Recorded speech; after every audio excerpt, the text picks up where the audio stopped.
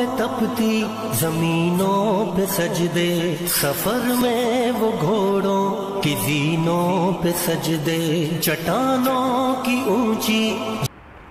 اس حدیث کو ذہن میں دہرائیں کہ برائی کو دیکھو، ہاتھ سے روکیں، زبان سے روکیں، نہیں تو دل سے اس کو برا سمجھیں، پھر غم پیدا ہو۔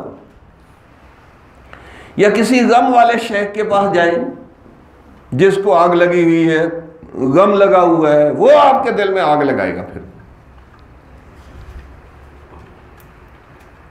واقعی آج ہمیں گھر میں کوئی گلاس ٹوٹ جائے، جگ ٹوٹ جائے، اتنا طوفان مچا دیتی ہیں عورتیں، یقین کرے بندہ حیران ہو جاتا ہے۔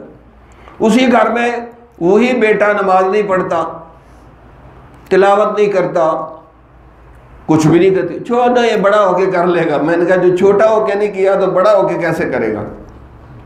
پھر تو دوست ہی اس کو ایسے مل جائیں گے جو اس کو نماز بھی نہیں پڑھنے دیں گے۔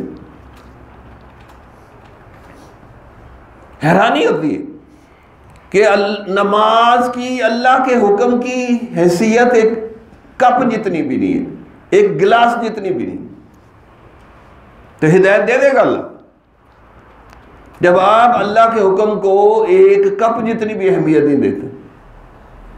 آپ نے دیکھا ہوگا گھروں میں کوئی مہمان آ جائے، عورتیں بچے کے ہاتھ ٹرے کے اندر چائے وہ بھیجتی ہیں، بچہ چھوٹا تھوڑی حرکت کرتا ہے، کپ چائے ٹوٹ گیا تو دیکھو پھر کیسے اس کی پٹائی ہوگی۔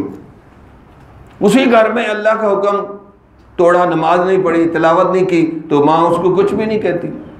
یعنی ایک چائے کے کپ جتنی اہمیت نہیں اللہ کے حکم کی۔ ہدایت دے دے گا اللہ آپ کو، اتنی سستی ہے ہدایت، سب سے مہنگی چیز ہے اللہ کے ہاں۔ دھوپوں میں تپتی زمینوں پہ سجدے، سفر میں وہ گھوڑوں کی زینوں پہ سجدے، چٹانوں کی اونچی جبینوں پہ سجدے، وہ صحرا بیاباں کے سینوں پہ سجدے، علالت